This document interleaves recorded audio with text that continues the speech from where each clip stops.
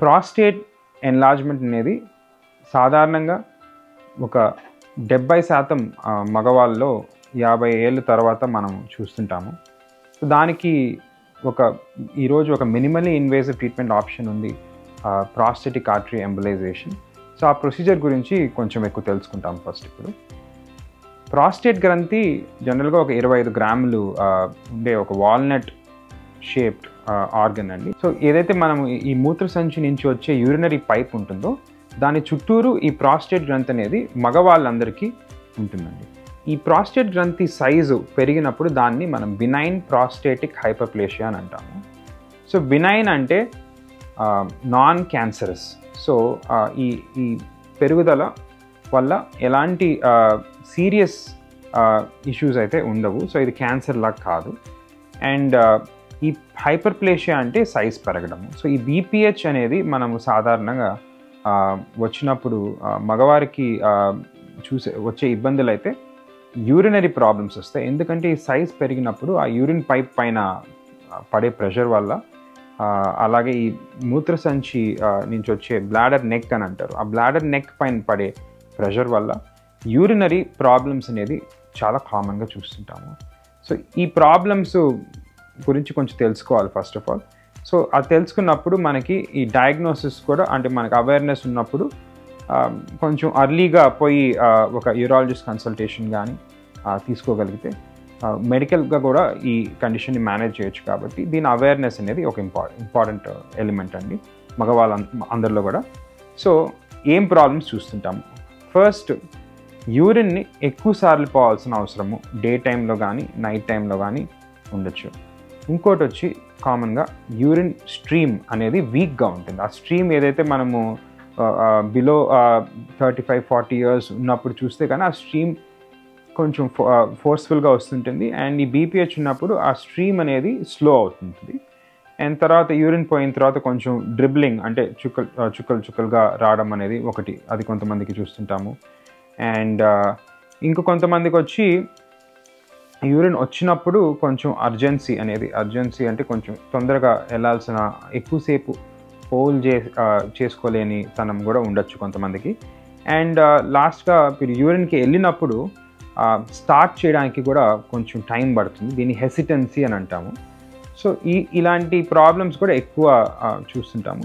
And ఇది treat చేయనప్పుడు కొంచెం సివియర్ అవుతుంటే దీనివల్ల ఆ బ్లాడర్ పైన ఎఫెక్ట్ పడేదానికి కూడా ఛాన్సెస్ ఉంటాయండి. ఇంకొంచెం నెక్స్ట్ కొంచెం సివియర్ స్టేజెస్లో ఈ ప్రెషర్ వల్ల, యూరినరీ మూత్రసంచి పైన పడే ప్రెషర్ వల్ల కిడ్నీస్ కూడా దెబ్బతినడం కానీ, లేకపోతే ఎక్కువ యూరిన్ ఇన్ఫెక్షన్స్ రావడానికి కూడా ఛాన్సెస్ ఉంటాయండి. సో నెక్స్ట్ దీనికి ట్రీట్మెంట్ ఆప్షన్స్ ఏంటి? సో ఫస్ట్గా కానీ చూస్తే మెడికల్ మేనేజ్మెంట్ అనేది ఫస్ట్ అప్రోచ్. ఈ పేషెంట్స్కి వచ్చినప్పుడు యూరాలజిస్ట్స్ జనరల్గా 2 రకాల ట్రీట్మెంట్స్ ఉంటాయి. ఒకటి ఆల్ఫా బ్లాకర్స్ అంటారు, ఇంకోటి బాడీలో యాక్టివ్ టెస్టోస్టిరోన్ తగ్గించుకునేదానికి కొన్ని మెడికేషన్స్ ఉంటాయి. సో ఈ రెండు కూడా వాడడము చూస్తుంటాము. ఈ ఫస్ట్ ఆల్ఫా బ్లాకర్స్ అనేది మన యూరిన్ సిమ్టమ్స్ తగ్గిస్తుంది. అండ్ రెండో టైప్ ఆఫ్ మెడికేషన్స్ ఏదైతే ఈ యాక్టివ్ టెస్టోస్టిరోన్ తగ్గిస్తాయో అవి ప్రాస్టేట్ సైజ్ కూడా తగ్గేదానికి అవకాశం ఉంటుంది. కానీ ఎక్కువగా చూస్తే ఈ యాక్టివ్ టెస్టోస్టిరోన్ తగ్గించే మందులు వల్ల కొంతమందికి సెక్షువల్ సైడ్ ఎఫెక్ట్స్ కానీ, మూడ్ రిలేటెడ్ సైడ్ ఎఫెక్ట్స్ కానీ కూడా రావడానికి చాలా అవకాశాలు ఉంటాయండి. అండ్ నెక్స్ట్ చూస్తే కొంతమందికి ఆల్ఫా బ్లాకర్స్ యూరినరీ సిమ్టమ్స్ తగ్గించిన కొన్ని సంవత్సరాల తర్వాత వాటి ఎఫెక్టివ్నెస్ కూడా తగ్గడానికి అవకాశం ఉంటుంది. సో ఒకసారి ఈ మెడికేషన్స్ వాడి వాళ్ళకి ఆ రెస్పాన్స్ రాకపోతే నెక్స్ట్ అనేది సర్జికల్ కానీ, లేకపోతే ఈరోజు minimally invasive therapies, MIST therapies అని అంటారు. ఈ 2 రకాల ఆప్షన్స్ ఉంటాయండి. సర్జరీలో చూస్తే సర్జరీలో టీయూఆర్పి అనేది ఆల్మోస్ట్ ఇప్పుడు ఒక 40 ఇయర్స్ నుంచి మెయిన్ స్టే, అంటే ఎక్కువగా మనం చూస్తే దాన్ని యూరాలజిస్ట్ ఆఫర్ చేయడం అనేది జరుగుతుంది. సో టీయూఆర్పిలో మన యూరిన్ పైప్ నుంచి జనరల్గా స్పైనల్ అనస్థీషియా కానీ జనరల్ అనస్థీషియా ఇచ్చి యూరిన్ పైప్ నుంచి పోయి సిస్టోస్కోప్ అనే ఒక డివైస్ వాడతారండి. దాని నుంచి పోయి వేరియస్ డివైజెస్ ఉంటాయి, ఈ లూప్ డివైజెస్ అని. అవి వాడి మన ప్రాస్టేట్ టిష్యూని షేవ్ చేసినట్టు షేవ్ చేసి తీసేయడం అనేది ఒక ట్రీట్మెంట్ ఆప్షన్. ఈ ట్రీట్మెంట్ చేసినప్పుడు జనరల్గా రెస్పాన్స్ చాలా బాగుంటుంది. ప్లస్ ఆల్మోస్ట్ మీకు 5 to 10 years రికరెన్స్ కూడా ఒక 10 నుంచి 15% మళ్ళీ 10 years లోపల తిరిగి రావడానికి అవకాశం ఉంటుంది. బట్ ఇది సర్జికల్గా టిష్యూ రిమూవ్ చేస్తున్నాం కాబట్టి జనరల్గా దీనివల్ల కాంప్లికేషన్ ప్రొఫైల్ అనేది చూస్తే కానీ ఎక్కువ ఉంటుందండి. అండ్ నెక్స్ట్ ట్రీట్మెంట్ ఆప్షన్స్ అనేది చూస్తే minimally invasive therapies, MIST therapies అని అంటాము. సో మిస్ట్ థెరపీస్లో జనరల్గా యూరాలజిస్ట్ యూరిన్ పైప్ నుంచి ఆఫర్ చేసే ట్రీట్మెంట్స్ ఉంటాయి.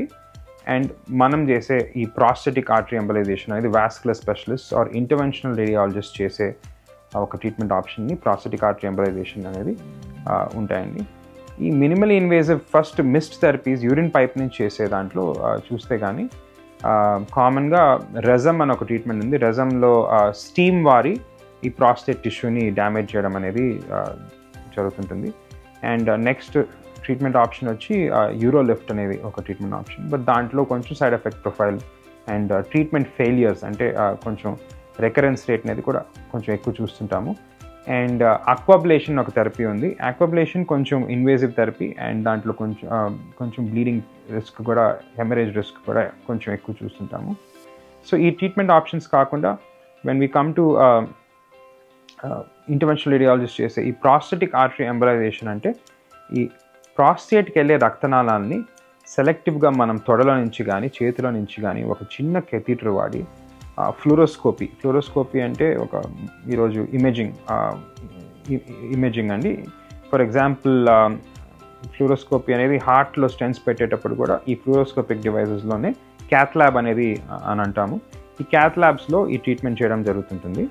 సో అలాగే మనకి ఈ ప్రాస్టెటిక్ ఆర్టరీ ఎంబలైజేషన్ కూడా ఈ ఫ్లూరోస్కోపీలో ఒక చిన్న పిన్ హోల్తో మనము ఎంటర్ అయ్యి ఈ మోడర్న్ డివైజెస్ ఉంటాయి కెథీటర్స్ అని.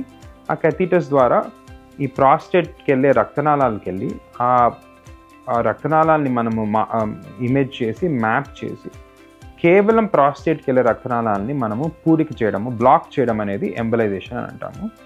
సో ఇది ఆల్మోస్ట్ ఇప్పుడు చూస్తే కానీ 15 సంవత్సరాల నుంచి వెస్ట్రన్ వరల్డ్లో చేయడం జరుగుతుంది. ఈరోజు ఎక్స్టెన్సివ్ రీసెర్చ్ అండ్ డేటా ఉంది ఈ ప్రొసీజర్ ఎఫెక్టివ్నెస్తో కానీ సేఫ్టీ ప్రొఫైల్తో కానీ చూస్తే. సో ఇది ఈరోజు చూస్తే prostatic artery embolization or PAE అనేది అమెరికన్ యూరోలాజికల్ అసోసియేషన్ గైడ్లైన్స్లో ఉంది. అలాగే NHS యూకేలో ఉండే NHS గైడ్లైన్స్లో ఉంది. అలాగే చూస్తే యూరోపియన్ గైడ్లైన్స్ కానీ అన్నిట్లో కూడా ఇది ఒక well established treatment option for prostate enlargement అనేది ఈరోజు ఈజ్ వెల్ ప్రూవన్.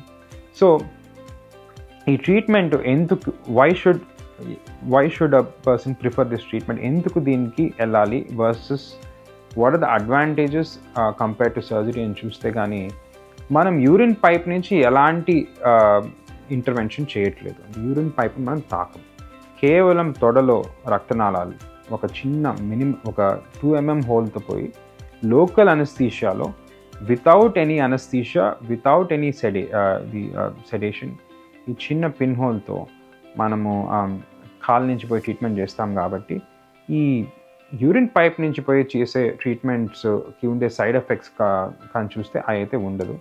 కామన్గా మనము యూరిన్ పైప్ నుంచి చేసే ట్రీట్మెంట్స్లో ఇప్పుడు TURPలో ఎక్కువగా మనం చూస్తుండే సైడ్ ఎఫెక్ట్స్ కానీ చూస్తే ఆ యూరిన్ పైప్ కొంచెము ట్రీట్మెంట్ చేసిన తర్వాత నారో అవ్వడము, స్ట్రిక్చర్ అని అంటారు, లేదంటే యూరిన్ లీక్స్ అవ్వడము,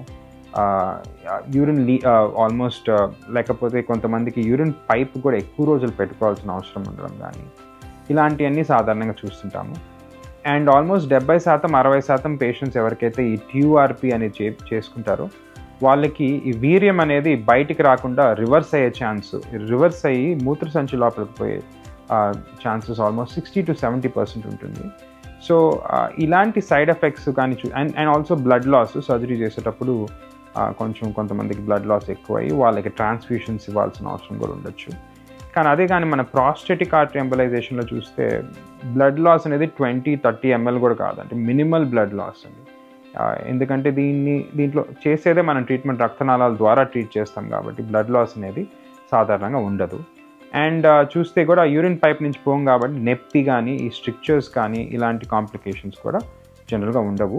ఈ అన్ని ట్రీట్మెంట్స్లో కానీ మనం చూస్తే ఈరోజు ప్రాస్థెటిక్ ఆర్టరీ ఎంబలైజేషన్ అనేది one of the safest treatment ఈ ప్రాస్టేట్ ఎన్లార్జ్మెంట్కి, and also one of the most convenient treatment. So patient convenience అనేది చాలా ఎక్కువ ఉంటుంది దీంట్లో. ఇది డే కేర్ ప్రొసీజర్, పొద్దున వస్తే రాత్రికి వెళ్ళిపోవచ్చు. అండ్ ఆల్మోస్ట్ 90-95% పేషెంట్స్కి మనం ఈ ట్రీట్మెంట్ ఆఫర్ చేసినప్పుడు ఇంటికి పోయే లోపల యూరిన్ పైప్ కూడా తీసేస్తాము. సో యూరిన్ పైప్ అనేది ఈ ప్రాస్టేట్ ప్రాబ్లమ్స్ ట్రీట్ చేసినప్పుడు చాలామందికి ఒక 3 days నుంచి 2 weeks to 3 weeks వరకు కూడా కొంతమందికి యూరిన్ పైప్స్ అనేది అవసరం ఉండడం చూస్తుంటాము. కానీ పిఐఈలో మనము సాధారణంగా మెజారిటీ ఆఫ్ ద పేషెంట్స్కి అసలు ట్యూబ్ తీసేస్తాం ప్రొసీజర్ అవ్వగానే. అండ్ ఇంకోటి కూడా మనం తెలుసుకోవాల్సింది, సెక్షువల్ సైడ్ ఎఫెక్ట్స్ అనేది ఈ ప్రాస్టెటిక్ ఆర్టరీ ఎంబలైజేషన్లో యాక్చువల్గా చాలా తక్కువ ఉంటుందండి.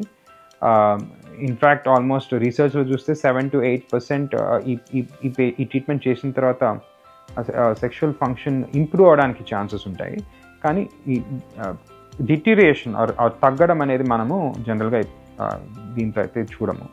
సాధారణంగా చాలామంది కూడా ఈ రికరెన్స్ రేట్ అనేది అడుగుతుంటారు. అంటే ఈ ట్రీట్మెంట్ చేసిన తర్వాత మళ్ళీ ఫ్యూచర్లో తిరిగి వచ్చేదానికి ఇదే ప్రాబ్లం తిరిగి వచ్చేదానికి అవకాశం ఉంటుందా అనేది చూస్తే కానీ ఈరోజు మనం రీసెర్చ్ డేటా చూస్తే ఒక 10-year ఫాలోఅప్ అనేది చేశారు ఒక 1000 పేషెంట్స్ని యుఎస్లో.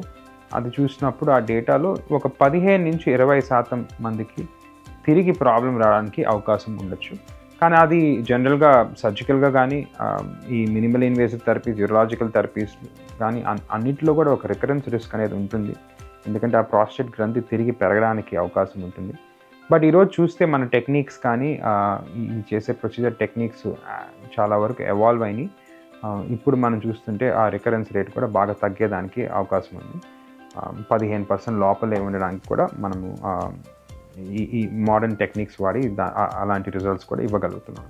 ప్రాస్టెటిక్ ఆర్టరీ ఎంబలైజేషన్ అనేది ఒక టెక్నికలీ ఛాలెంజింగ్ ప్రొసీజర్. దానికి అడ్వాన్స్డ్ ఇమేజింగ్ అవసరము. సో అడ్వాన్స్డ్ ఇమేజింగ్ వాడకుండా ఈ ప్రొసీజర్ చేస్తే దాని ఎఫెక్టివ్నెస్ తక్కువ ఉండే అవకాశం ఉంటుంది.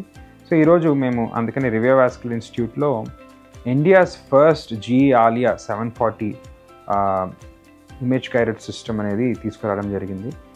ఈ టెక్నాలజీలో ఫస్ట్ చూస్తే మనము 3D ఇమేజింగ్ అనేది చాలా ఇంపార్టెంట్. ప్రాస్టెటిక్ ఆర్టరీ ఎంబలైజేషన్ చేసేటప్పుడు 3D ఇమేజింగ్ చేసి ట్రీట్మెంట్ చేస్తే దాని ఎఫెక్టివ్నెస్ కానీ అట్లే సేఫ్టీ అండ్ సక్సెస్ కానీ చూస్తే ఈ టెక్నాలజీ వాడినప్పుడు చాలా ఎక్కువ ఉంటుంది. సో అందరు కూడా ఒక అడగాల్సిన క్వశ్చన్, ఎవరైనా ప్రాస్టెటిక్ ఆర్టరీ ఎంబలైజేషన్కి వెళ్ళాలనుకున్న వాళ్ళకి తెలియాల్సిన ఒక చిన్న పాయింట్ ఏంటంటే ఈ 3D ఇమేజింగ్ అనేది కోన్ బీమ్ సిటీ అని అంటాము. ఈ కోన్ బీమ్ సిటీ ఉన్న ఫెసిలిటీస్లో చేయించుకుంటే మీకు ఈ ట్రీట్మెంట్ అవుట్కమ్స్ కూడా ఇంకొంచెం బెటర్ ఉండి హయ్యర్ ఛాన్సెస్ ఆఫ్ సక్సెస్ అనేది ఉంటుందండి. సో ఇన్ కంక్లూజన్ చూస్తే కానీ ప్రాస్టెటిక్ ఆర్టరీ ఎంబలైజేషన్ గురించి అందరం కూడా ఒక అవేర్నెస్ తెచ్చుకోవాల్సిన అవసరం ఉంది ఈరోజు. ఎందుకంటే ఈ ట్రీట్మెంట్ చేయించుకున్న దానివల్ల చాలా quick recovery, day care procedure, minimal side effects and ఈ యూరిన్ పైప్ నుంచి ఎలాంటి ఇంటర్వెన్షన్స్ ఉండవు కాబట్టి పేషెంట్ కంఫర్ట్ కూడా చాలా ఎక్కువ ఉంటుంది కాబట్టి and with high success rate ఇది డెఫినెట్గా ఈరోజు it's a very good procedure.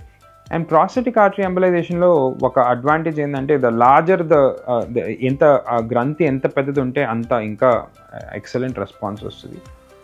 So ఇంకోటి కూడా మనం తెలుసుకోవాల్సింది, లార్జ్ ప్రాస్టేట్స్ ఉన్న వాళ్ళకి సర్జరీలో ఎక్కువ కాంప్లికేషన్స్ అండ్ ఎక్కువ రికవరీ టైం ఉండే అవకాశం ఉంది కాబట్టి వాళ్ళు ఎస్పెషలీ ఈ ప్రాస్టెటిక్ ఆర్టరీ ఎంబలైజేషన్ ఇలాంటి పేషెంట్స్లో ఎస్పెషలీ ఎఫెక్టివ్ ఉంటుందండి. అండ్ ఇంకోటి కూడా ఆల్మోస్ట్ 30 grams పైన ఉంటే ప్రాస్టేట్ ఈ ట్రీట్మెంట్ ఆఫర్ చేయొచ్చు. అండ్ అప్పర్ లిమిట్ అనేది సైజు దీనికి ఉండదు. 200 అప్ టు 300-400 grams కూడా మనము ఈ ప్రొసీజర్ అనేది ఆఫర్ చేయగలుగుతాం.